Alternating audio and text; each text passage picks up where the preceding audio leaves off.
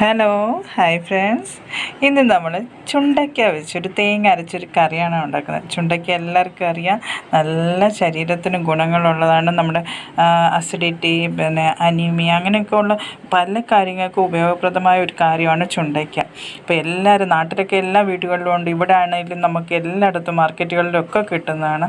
അപ്പോൾ ചുണ്ടയ്ക്ക വൃത്തിയാക്കുന്നതാണ് എങ്ങനെയാണെന്ന് കാണിക്കാമേ. ഇതുപോലെ ഞെടുപ്പെല്ലാം എടുത്ത് കളയുക. ചുണ്ടയ്ക്കയുടെ ഇങ്ങനെ ഇതുപോലെ ഞെടുപ്പെല്ലാം എടുത്ത് കളഞ്ഞ് വൃത്തിയാക്കി ഒന്ന് വെള്ളത്തിലൊന്ന് കഴുകിയെടുക്കുക.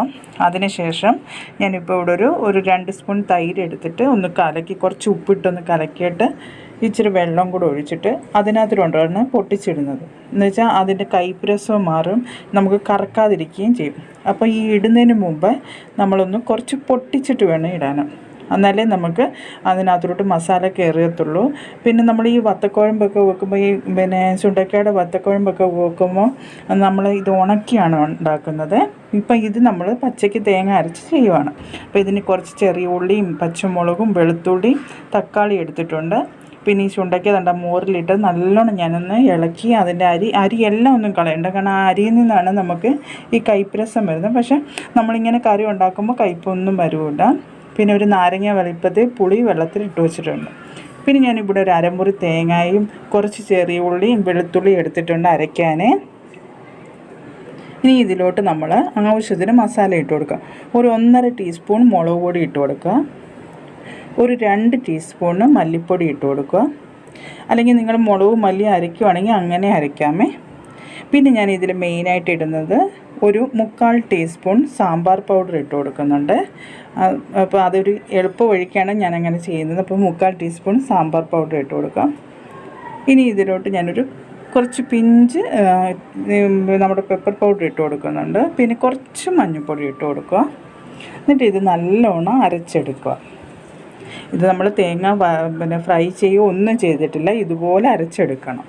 അപ്പോൾ നമ്മൾ ചുണ്ടയ്ക്ക പല രീതിയിലും ചെയ്യും. അപ്പം ഞാൻ അതിൽ പച്ചത്തേങ്ങ അരച്ച് എങ്ങനെ ചെയ്യുന്നതെന്നാണ് ഞാൻ പറയുന്നത്. അപ്പം ഇതിൽ ഞാനിപ്പോൾ നല്ലെണ്ണയാണ് ഉപയോഗിച്ചേക്കുന്നത്. നല്ലെണ്ണയിലോട്ട് കുറച്ച് കടുക് ഇട്ട് കൊടുത്തു, കുറച്ച് ഉലുവ ഇട്ട് കൊടുത്തു, പിന്നെ കുറച്ച് ജീരകം ഇട്ട് കൊടുത്തു, പിന്നെ 2 ചുമന്ന മുളക് ഇട്ട് കൊടുത്തു. എന്നിട്ട് കുറച്ച് കായപ്പൊടി ആ നല്ലെണ്ണയിലോട്ട് തന്നെ ഇട്ട് കൊടുത്തേ. എന്നിട്ട് നമ്മൾ ഇതിന് വലിയ ഉള്ളിയാണ് എടുക്കരുത്, കാരണം അതിനൊരു ടേസ്റ്റ് കാണത്തില്ല. എപ്പോഴും ചെറിയ ഉള്ളി എടുക്കുന്നത് തന്നെയാണ് നല്ലത്. അപ്പം ചെറിയ ഉള്ളിയും വെളുത്തുള്ളിയും പച്ചമുളകും കൂടെ ഞാൻ ഇതിലോട്ട് ഇട്ട് കൊടുത്തു. എന്നിട്ട് നല്ലോണം ഒന്ന് വഴറ്റിയെടുക്കുക. ഇനിയിപ്പം നമ്മൾ അതൊന്ന് വഴന്ന സമയത്ത് നമ്മൾക്ക് ആ ചുണ്ടയ്ക്ക ഒന്ന് വൃത്തിയാക്കി എടുക്കാം. ഞാൻ ആ മോരിലിട്ട ചുണ്ടയ്ക്ക ഒന്ന് കഴുകി ഇതുപോലെ വേറെ നല്ല വെള്ളത്തിൽ എടുത്തിട്ട് നമ്മൾ നോക്കിക്കുക, കളർ അതേപോലെ ഇരിക്കുന്ന കണ്ടില്ലേ. അപ്പോൾ എല്ലാവരും ഇങ്ങനെ ചെയ്ത് നോക്കിയാൽ മതി കേട്ടോ. എന്നിട്ട് ആ ചുണ്ടയ്ക്ക എടുത്ത് നമ്മൾ നമ്മുടെ ഉള്ളിയിലോട്ട് ഇട്ട് കൊടുക്കുക. നമ്മളിത് മലയാളത്തിൽ ചുണ്ടയ്ക്ക എന്നും തമിഴിൽ സുണ്ടക്കായ് എന്നും പിന്നെ ടർക്കി ബെറി ഇങ്ങനെയൊക്കെയാണ് പറയുന്നത്. അപ്പം എല്ലാവർക്കും എല്ലായിടത്തും കിട്ടുന്ന സാധനമാണ്. പക്ഷേ ആഴ്ചയിൽ ഒരു ദിവസമെങ്കിലും നിങ്ങൾ കുഞ്ഞുങ്ങൾക്കായാലും വെച്ച് കൊടുക്കാൻ ശ്രമിക്കുക. ദോശയ്ക്കും എല്ലാത്തിനും നല്ലതാണ് കേട്ടോ. ഇത് ഇരിക്കും തോറും ടേസ്റ്റ് കൂടത്തതേ ഉള്ളൂ. പിന്നെ ഇപ്പം നമ്മൾ എടുത്ത ഒരു 3 തക്കാളി എടുത്തിട്ടുണ്ട്. തക്കാളിയും കൂടി ഇതിനകത്തിലിട്ട് വഴറ്റി കൊടുക്കും. ഇനി തക്കാളി നിങ്ങൾ മിക്സിയിലൊന്ന് അടിച്ചെടുക്കുന്നതാണെങ്കിൽ നല്ലതാണ്. ഞാനിപ്പോൾ കുറച്ച് ഉപ്പുകൂടി ഇട്ടാണ് വഴറ്റി കൊടുക്കുന്നത്. ഇനിയിപ്പോൾ ഇതൊന്ന് നമുക്ക് അടച്ചു വെച്ച് വേവിക്കാം. ഇപ്പോൾ നോക്കിയാൽ ഒന്ന് അടപ്പ് തുറന്ന് നോക്കാം. നമ്മുടെ തക്കാളിയിൽ ആ നീരെല്ലാം ഒന്ന് ഇറങ്ങിയിട്ടുണ്ട്.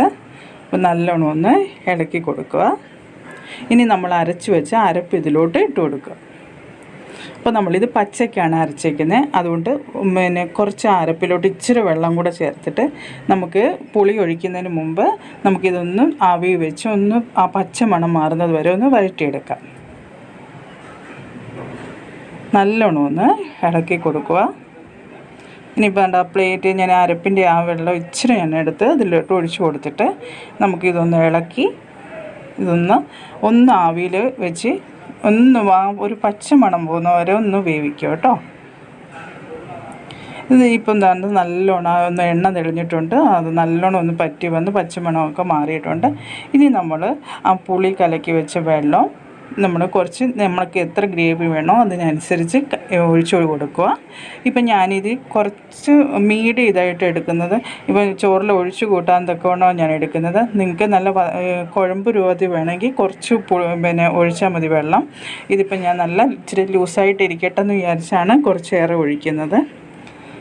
ഞാൻ ഇതിൻ്റെ വേറെ ഞാൻ കുഴമ്പ് വെക്കുന്നതൊക്കെ ഞാൻ കാണിച്ചു തരാം. പക്ഷേ ഇതൊന്ന് ആദ്യം നിങ്ങൾ ചെയ്ത് നോക്കൂ, നല്ല ടേസ്റ്റ് ആയിരിക്കും കേട്ടോ.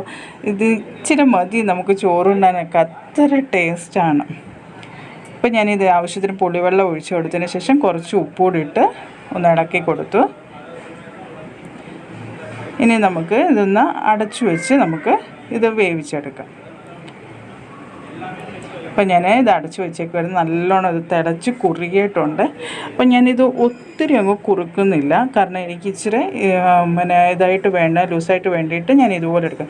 അല്ല കുറുക്കി എടുക്കുന്നവരാണെങ്കിൽ ഇതൊന്ന് വെച്ച് കുറുക്കി എടുത്താൽ മതി. അപ്പോൾ നമ്മുടെ സുണ്ടക്കായ കറി റെഡി ആയിട്ടുണ്ട്. എല്ലാവരും ഇതൊന്ന് ചെയ്ത് ആഴ്ചയിൽ ഒരു ദിവസമെങ്കിലും നിങ്ങളുടെ ഫുഡിൽ ഇത് ഉൾപ്പെടുത്തണം, അത്രയ്ക്ക് നല്ലതാണ്. അപ്പോൾ അതുപോലെ നിങ്ങൾക്ക് ഈ റെസിപ്പി ഇഷ്ടപ്പെട്ടാലും ലൈക്ക് ചെയ്യാനും ഷെയർ ചെയ്യാനും സബ്സ്ക്രൈബ് ചെയ്യാനും മടിക്കല്ലേ. അപ്പോൾ സുണ്ടക്കായ അത്ര നല്ല ശരീരത്തിന്, എല്ലാവരും ചെയ്ത് നോക്കുക. അപ്പം നമുക്ക് അടുത്ത റെസിപ്പിയിൽ ഉടനെ കാണാം. Bye friends.